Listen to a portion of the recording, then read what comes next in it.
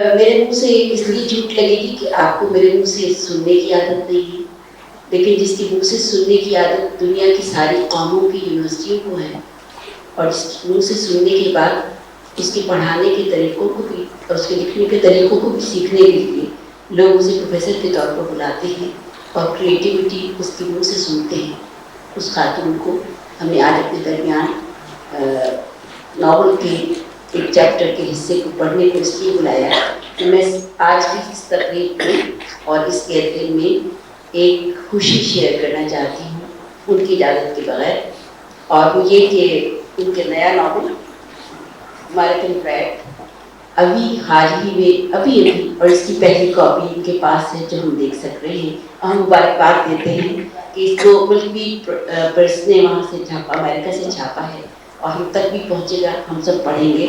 और लेकिन इसकी अशात और इसकी रोनुमाई इस वक्त हम सब मुबारकबाद समझते हैं।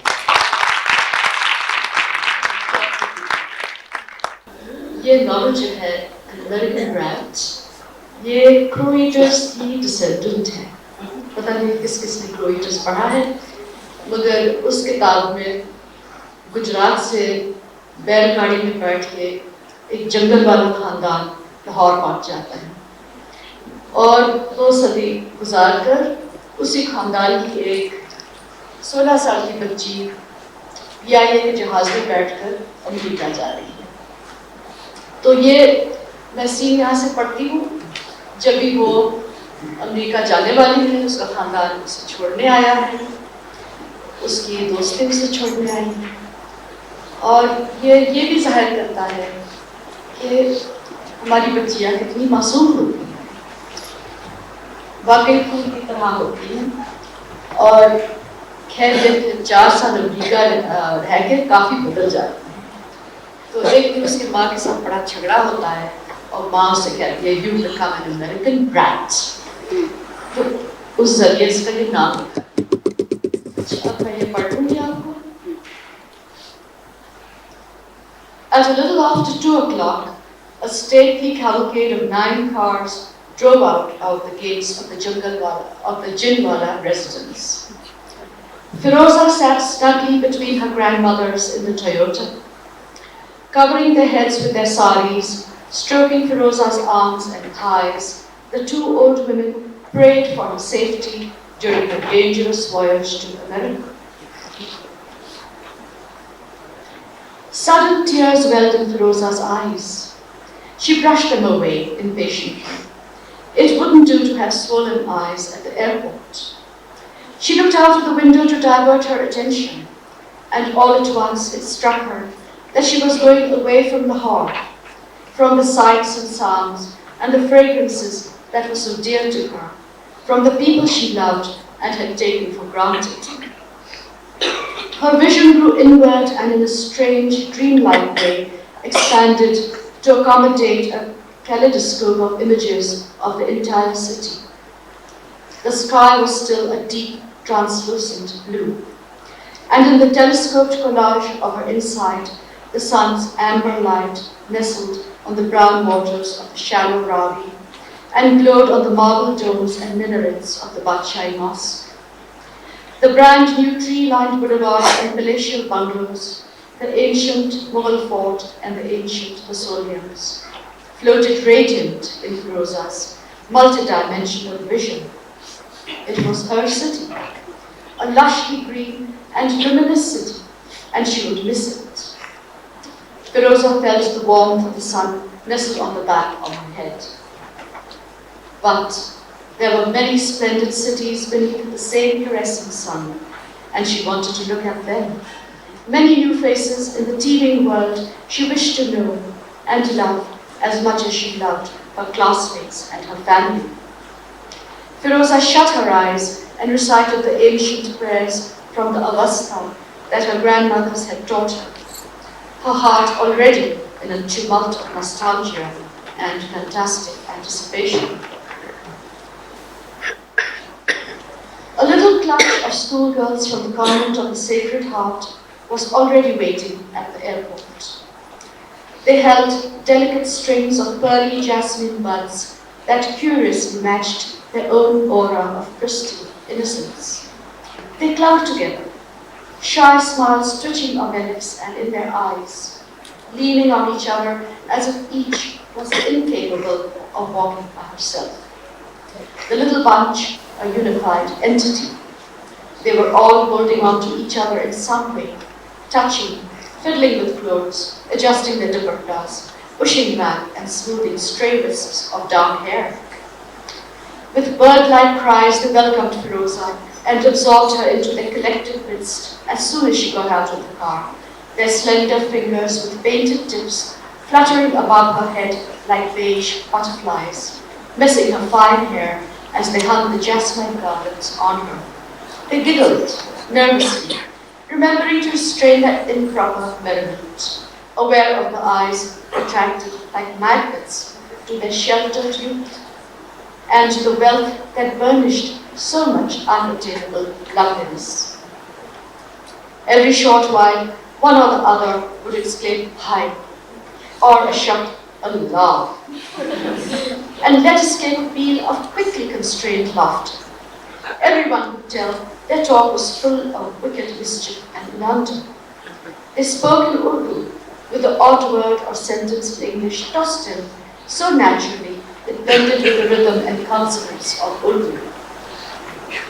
By an odd coincidence, most of the girls had a touch of gold or grey in their gorgeous eyes, and the same shy, collected light shone also in Firoza's tawny irises as they leaned on each other like yielding saplings, touching. The Jinwala party from the house formed another cluster near them and watched Firoza's friends and Firoza with tender smiles and alert, protective expressions. Suddenly, Cyrus's brother Rohinton, a huge, stern man, took a couple of determined strides and planted himself in front of two men who were picking their teeth and ogling the girls with brash eyes. The men moved away, more stolid and docile. As custodian of the girls, the uncle was within his rights.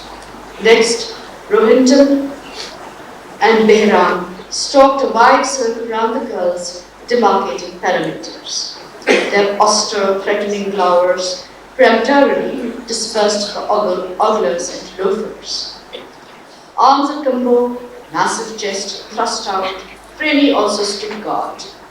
Jaru, who was addicted to chiffon saris and fiddling with her pearls, stood with her, primly glaring about on the lookout. They noticed a bunch of college students staring at the girls and making remarks. Mimicking the girls' gestures, two young men draped themselves about their giggling friends, smoothing their cropped hair as if they were long tresses and adjusting their imaginary dupattas.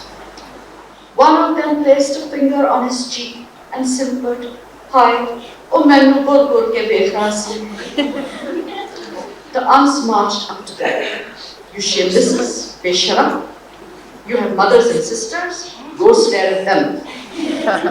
The students ducked and pretending to scold and thump each other, facetiously saying, sorry auntie, pushed and shoved each other away, quickly dissolving in the crowd.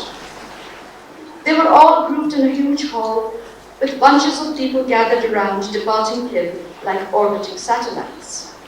Since they were all taking the same flight to Karachi, from where some, like Firoza, would fly to other countries, there was a mad and tearful scramble to say goodbye when the flight was announced.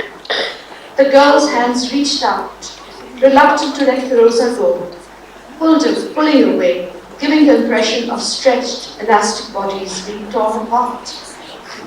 Firoza was kissed and hugged and whispered to by every member of the Jinwala party, and was now absorbed into the Parsi pack. Firoza put an arm each around Zareen and Khatiba. Sunamai stood near them, straight and dignified. She had already hugged Firoza and held her granddaughter's small hand and pliant fingers. Sorry? Sunai de hai? Pressed to her wet eyes. No one was dry-eyed. Khatlibai, Zareen and the aunts were whispering breathlessly as if Firoza's fate hung on the flurry of last-minute instructions they were imparting. don't talk to strangers, and never ever look into their eyes. A man asked your Uncle Bhera, what is the time? And when your uncle looked at his watch, he hit him on the head and took away his watch, wallet, and baggy shoes. If anyone talks to you, just look straight ahead and act as if you're deaf. Don't accept anything to eat or drink from strangers. It may be drugged. God knows what they'll do to you. Cyrus had already given Firoza $100 American purchased on the black market, and so had Khatibai. The khaki-clad porter wheeled Firoza's suitcase past the security men on the checkpoint and signaled to her to follow. Firoza showed her ticket, and as she went past the uniformed men, Cyrus's last message, in English except for one Gujarati word, rang out. I've sent Manik enough Doria for you. Take it from him. Few in Lahore understand Gujarati, so Parsis use it as a secret language when the occasion demands. Conversation about dollars purchased on the black market in the presence of security men is such an occasion. Firoza's happy little face suddenly grew theatrically wan. She spread her hands in a hopelessly defeated gesture. She mouthed the words, why him? And in a dumb tirade, pointing at her breastbone, delivered the message that was clear to Cyrus. You should have given it to me. You know how difficult Manik can be.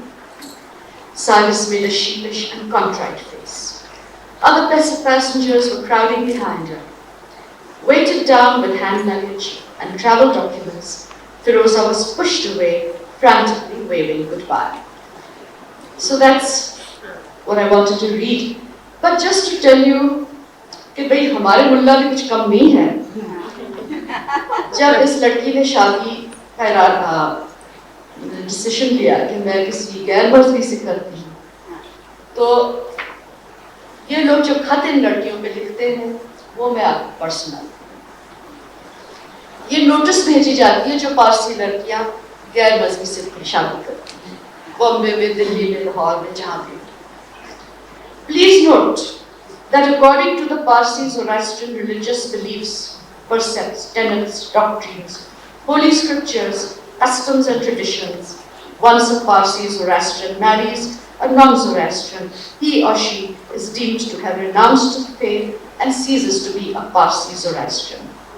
The laws of purity of the Zoroastrian faith forbid intermarriage, as mixing physical and spiritual genes, I've never heard of spiritual genes, is considered a cardinal crime against nature. Hence, he or she does not have communal or religious rights or privileges. Her children are illegitimate. She is living outside of marriage in sin. So these are the letters. मैंने जैसे जिक्र किया, ये fundamentalism की हवा देखा कि सारे मजहबों में घूम रही है और हमें ये पारसियों में भी ये खतरा है। Thank you.